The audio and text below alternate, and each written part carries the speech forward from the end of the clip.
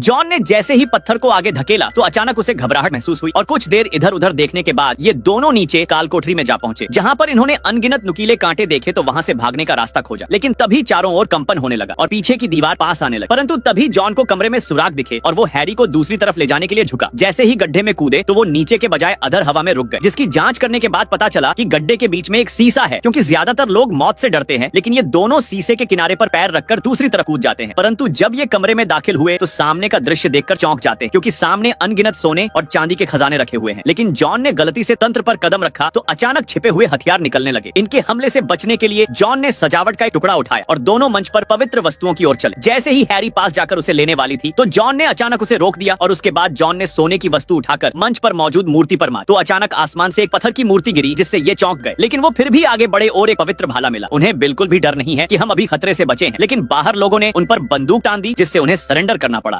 मकबरे के लुटेरे ने पत्थर की मूर्ति पर रखे सोने के कटोरे को लेने की काफी कोशिश की, लेकिन सफल नहीं हुआ। परंतु जैसे ही उसे घुमाया तो मूर्ति के मुंह से लावा बहने लगा, जिसे देखकर हनी डर गया और सभी को भाग जाने के लिए कहता है। परंतु जैसे ही वो अपनी जान बचाने के लिए भागते हैं तो जैक सभी को धक्के से नीचे गिरा देता है और उनके खड़े होने से पहले ही दरवाजा बंद हो गया। जैसे जैसे लावा निकलता गया तो आसपास का क्षेत्र लावे से भर गया, इसलिए वे ऊंचाई पर चढ़ते हैं। तभी अचानक जॉन फिसलकर लावे में गिर गया और जल्द ही वो लावा में डूब गया। परंतु लावा लगातार बढ़ता जा रहा था। सौभाग्य से तभी हनी को याद आया कि सोने का कटोरा घुमाने से लावा बहने लगा था, इसलिए उसने सोने का कटोरा वापस उसी दिशा में घुमाया और अंदर से लावा बहना बंद हो गया। तभी उसे दरवाजे के बाहर एक कड़ा दिखाई दिया, जिसे वो खींचने का प्रयास करता है, लेकिन कामयाब नहीं हुआ। परंतु हैरी की मदद से सफल हुए और दरवाजा खुलने के बाद एक अजीब जगह पर पहुंचे, जहां पर एक बक्से को खोलकर देखा जिसमें पाउडर भरा हुआ था। तभी भयंकर हवा चली तो हनी के मुंह और नाक में पाउडर भर गया, जिससे वो लगातार खांसने लगा। फिर उसने दीवार पर लगी रेत की जांच की तो उसमें जहरीला आर्सेनिक पाया गया, जिसके कारण ही यहाँ लोग उल्टे लटके हुए थे, क्योंकि इन्हें इसके बारे में ज्ञान नहीं था। जैसे ही एक लुटेरे ने जाल पर पैर रखा तो आवाज के साथ चारों ओर से तीर चलने लगे। रानी एक आदमी को हजारों तलवारों के बीच जादुई तलवार खोजने का आदेश देती है। अगर इसे वो नहीं ढूंढ पाया तो तुरंत मार दिया जाएगा, इसलिए ये मौत के डर से जादुई तलवार को खोजना शुरू कर देता है। कुछ देर सोचने के बाद उसने एक तलवार को बाहर निकाला तो दुर्भाग्य से वो साधारण तलवार निकली। तभी उसने अपने पास जंग लगी लोहे की तलवार को देखा तो उसके मन में विचार आया और खुश होने का नाटक कर रानी को बताया कि मेरे हाथ में जो तलवार है ये जादुई तलवार है। रानी ने 1 सेकंड से भी कम समय के लिए प्रसन्न मुस्कान दिखाई, लेकिन अगले ही पल इस दृश्य से रानी को बहुत गुस्सा आया, क्योंकि इसने रानी को बेवकूफ बनाने की हिम्मत की है। इसलिए रानी ने इसे सबक सिखाने के लिए अपने हाथ में रखा जादुई चाबुक निकाला और बाहर फेंक दिया, जिससे ये आदमी डर कर भागता है। लेकिन जादुई चाबुक की गति तेज होने के कारण उसे जल्द ही चारों तरफ से करंट ने घेर लिया, जिससे वो कुछ ही पल में खत्म होने वाला था। लेकिन तभी एक चमत्कार हुआ और इसके द्वारा उठाए गए लकड़ी के डंडे से अचानक एक चमकदार नीली रोशनी उत्सर्जित हुई, जिससे पता चला कि यही पौराणिक जादुई तलवार है। इसलिए अब उसे रानी की धमकी का भी बिल्कुल डर नहीं है और ये बिना कुछ बोले हल्का सा हाथ घुमाता है तो तुरंत एक शक्तिशाली जादुई शक्ति प्रकट हो जाती है। जब तक रानी कुछ कर पाती उसका सिर काट दिया गया और ये विजय प्राप्त कर लेता है। चैनल को लाइक, शेयर और सब्सक्राइब जरूर करें।